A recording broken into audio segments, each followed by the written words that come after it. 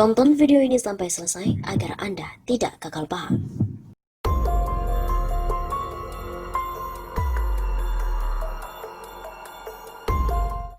Telah ditemukan dokumen PKI dengan target mendirikan negara komunis.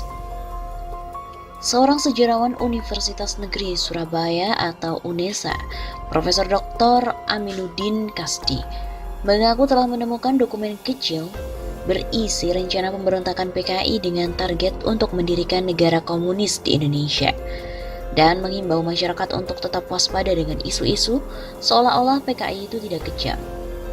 Masyarakat harus tetap waspada dengan isu yang seolah-olah PKI tidak kejam, bukan anti agama dan tetap berjuang untuk NKRI.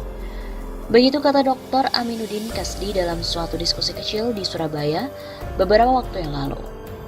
Menurut peneliti kelahiran Nganjuk, Jawa Timur, tanggal 9 Januari tahun 1948 itu, semua isu yang mengaburkan kekejaman Partai Komunis Indonesia atau PKI itu tidak didukung bukti historis. Justru, ia menemukan dokumen kecil berisikan rencana pemberontakan PKI dengan target untuk mendirikan negara komunis di Indonesia. Dokumen yang ditemukan itu berupa buku kecil atau buku saku tentang ABC Revolusi yang ditulis oleh Komite Sentral PKI pada tahun 1957, di mana isinya menyebutkan 3 rencana revolusi atau pemberontakan oleh PKI untuk target negara komunis di Indonesia. Buku itu membuktikan bahwa rencana pemberontakan PKI yang diragukan sejumlah pihak itu ada dokumen historisnya. Bahkan, dokumen itu merinci 3 tahapan pemberontakan PKI yang semuanya gagal. Lalu rumor pun diembuskan untuk mengaburkan fakta. Begitu kata penulis tesis Masalah Tanah dan Keresahan Petani di Jawa Timur tahun 1960 sampai 1965. Anggota Masyarakat Sejarawan Indonesia Jawa Timur itu juga mengatakan temuan dokumen yang sudah lusuh tak terbantahkan. Kalau ada orang NU yang dituduh melakukan pembunuhan, itu bukan direncanakan, tapi reaksi balik atas sikap PKI sendiri yang menyebabkan chaos saat itu. Mantan aktivis pelajar Islam Indonesia, GP Ansor, Himpunan Mahasiswa Islam, dan juga Muhammadiyah juga mengungkapkan sikap PKI memang menyakitkan. PKI melakukan provokasi dengan ludruk yang temanya meyakinkan, seperti matinya Tuhan, malaikat yang tidak menikah karena belum dihitan, dan banyak lagi. Oleh karena itu, ia juga mengimbau masyarakat semua agar jangan terpengaruh dan terprovokasi oleh politik yang didukung dengan sejumlah media massa untuk membesarkan nama PKI, guna mengaburkan sejarah, seperti menunjukkan bahwa orang PKI juga ada yang menciptakan salah satu lagu nasional. Kita jangan terpancing dengan sisa-sisa orang PKI di berbagai lini yang berusaha membangkitkan mimpi tentang negara komunis melalui media massa, buku-buku dan semacamnya yang seolah-olah benar dengan bersumber testimoni. Ada sisa-sisa PKI bercokol di media. Testimoni itu mungkin saja benar, dan ia menilai testimoni itu juga bersumber dari individu yang tidak mengetahui skenario besar dari PKI untuk mendirikan negara komunis di Indonesia. Saya bukan hanya testimoni, saya mempunyai bukti yang sangat gamblang dari dokumen PKI sendiri yang dikeluarkan oleh CCPKI dan juga dipimpin DN Aidit. Jadi rencana negara komunis Indonesia itu fakta historis. Dalam video wawancara khusus, Profesor Aminuddin Kasdi juga meluruskan propaganda yang beredar di mana menyebutkan bahwa G30 SPKI itu merupakan rekayasa dari Presiden Soeharto.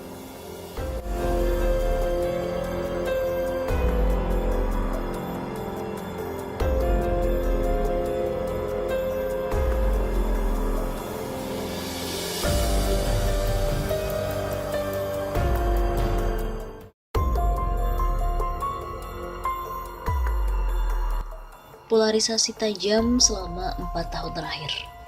Tragedi 65 pun bermula dari hal yang sama.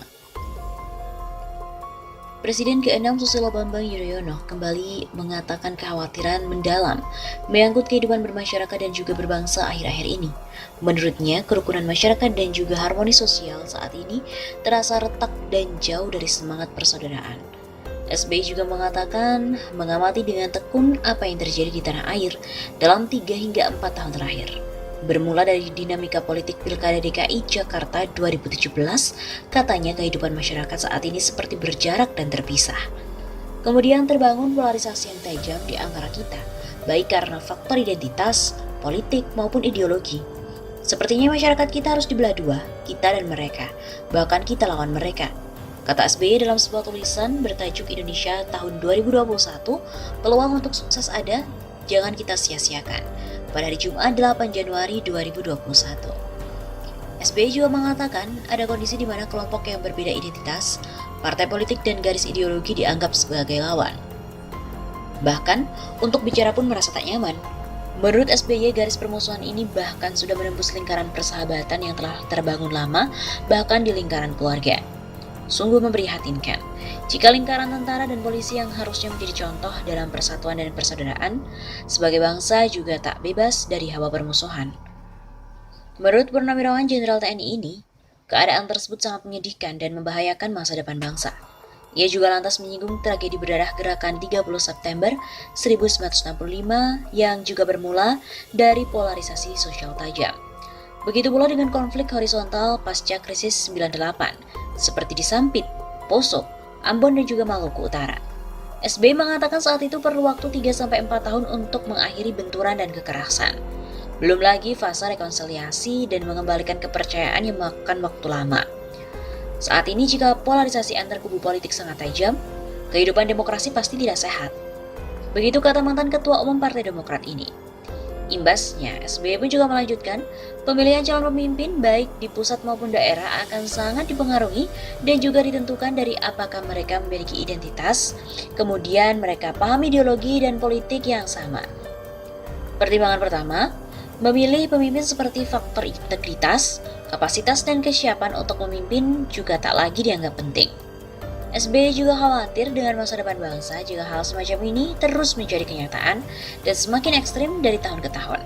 Jika polarisasi sosial dan juga politik ekstrim katanya, kontestasi dalam pemilu dan pilkada bisa sangat keras. Di negara dengan sejarah konflik seperti Indonesia, SBY berpendapat keadaan buruk semacam ini harus dicegah dan dihindari. Karenanya mumpung belum terlalu jauh divisi dan polarisasi sosial serta politik di negeri ini, para pemimpin dan semua elemen bangsa harus sadar bahwa sesuatu harus dilaksanakan. Something must be done. SBY juga mengatakan pembiaran dan kelambanan adalah dosa dan kesalahan besar. Dia juga meminta agar jangan ada yang justru sengaja membiarkan polarisasi terus terjadi demi kepentingan tertentu. Jangan pula ada yang justru menginginkan dan memelihara polarisasi sosial politik yang tajam untuk kepentingan pribadi dan politik. Kalau ada pihak-pihak yang berpikiran dan bertindak seperti itu, menurut saya mereka bukan hanya tidak bertanggung jawab, tapi juga tidak bermoral. Begitu katanya.